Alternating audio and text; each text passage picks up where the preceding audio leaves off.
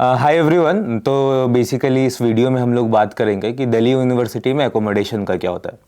क्योंकि दिल्ली यूनिवर्सिटी एक central university है, तो अधिकतर लोग जो इधर एडमिशन लेते हैं और आते हैं तो वो भारत के अलग अलग कोने से आते हैं, तो उनको एकोमोडेशन के लिए जगह ढूंढना होता है। तो जहाँ तक एकोमोडेशन का सवाल है, तो जैसा आप लोगों को लगता होगा कि एक गवर्नमेंट कॉलेज होने के नाते दिल्ली यूनिवर्सिटी में भी हॉस्टल की सुविधा होगी।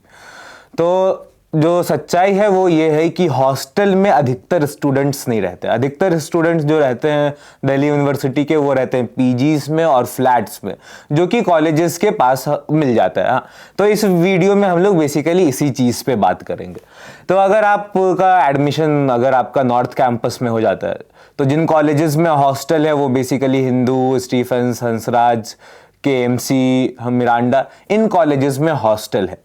पर हॉस्टल जिन लोगों को मिलता है वो बहुत कम स्टूडेंट्स होते हैं। तो फॉर एग्जांपल मैं अपना एग्जांपल देता हूँ।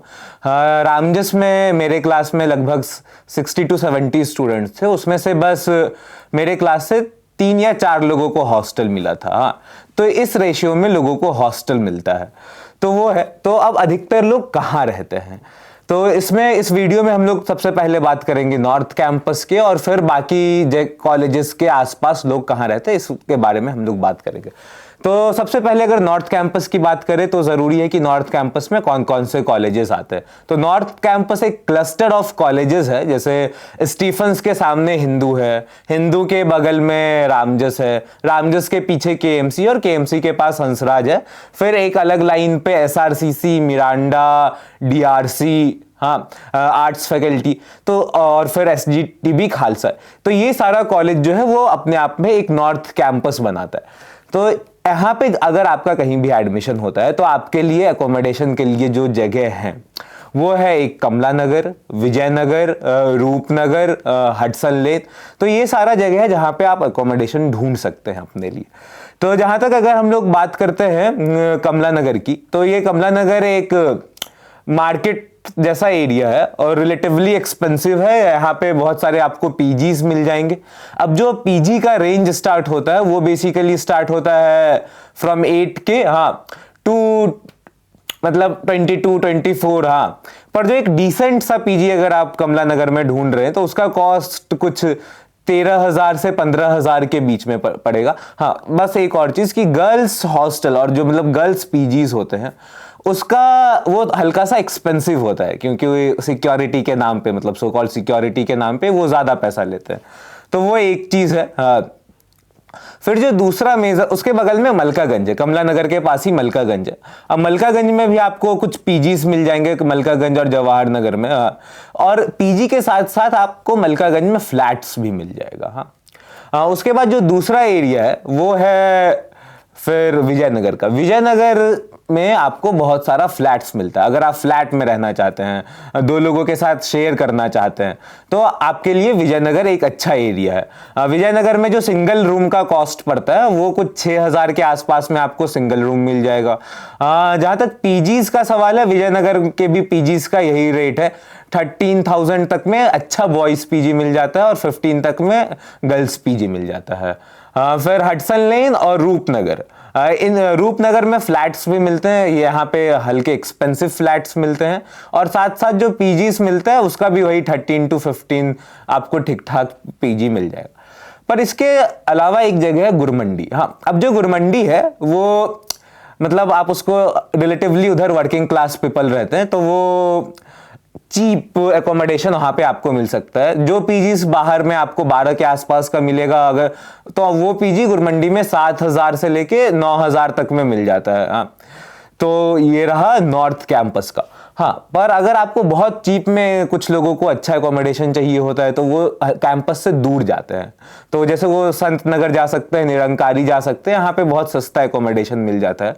पर इन मतलब संत नगर और निरंकारी, इन जगहों के अलावा अगर हम बात करें, जैसे विजयनगर की बात करें, कमला नगर की बात करें, ये सारा जो जगह है ये कैंपस से वॉकिंग डिस्टेंस है, मतलब 1.5 किलोमीटर से 2 किलोमीटर। तो कोई भी वॉक कर सकता है।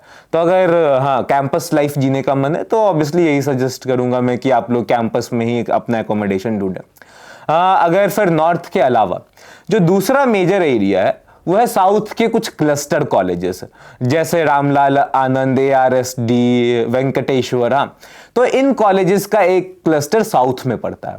तो जहां तक इन कॉलेजेस का सवाल है, इनके बगल में जो एक लिविंग एरिया है, स्टूडेंट्स का जो एरिया है, वो है सत्य निकेतन। अब सत्य निकेतन का ये है कि ये बहुत मतलब रिलेटिवली काफी महंगा, इधर बॉयज पीजी भी आपको 13,000 से कम में मिलना मुश्किल होगा।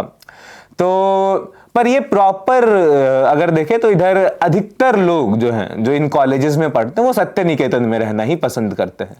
पर इसके अलावा कुछ अगर आपको सस्ता एकोमोडेशन चाहिए तो आप मुनीरका की तरफ जा सकते हैं। हाँ, उधर काफी सस्ते रूम्स मिल जाते हैं।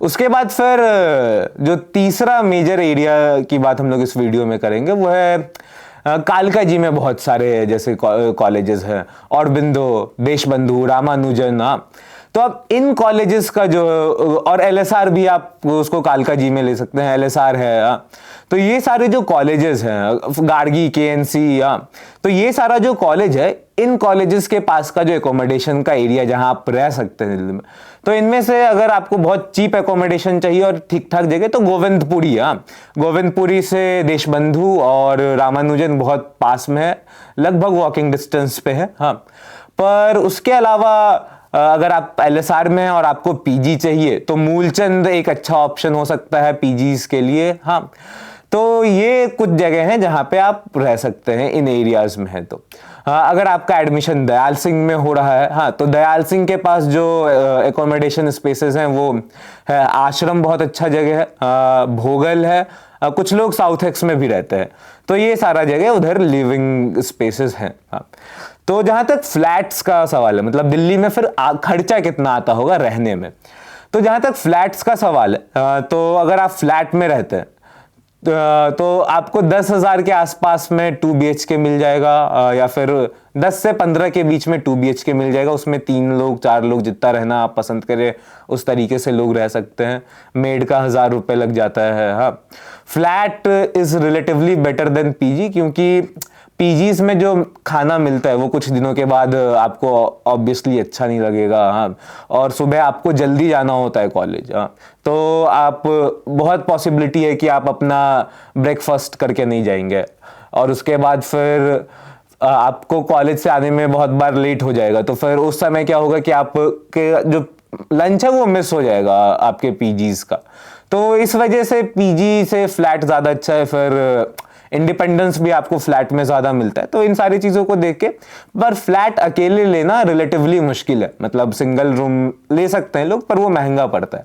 तो ऐसा भी है कि अगर आप स्टार्टिंग में सोच रहे हैं कि फ्लैट मतलब PG में रह ले 6 महीने और उसके बाद फ्लैट में रह ले, date can be a good option.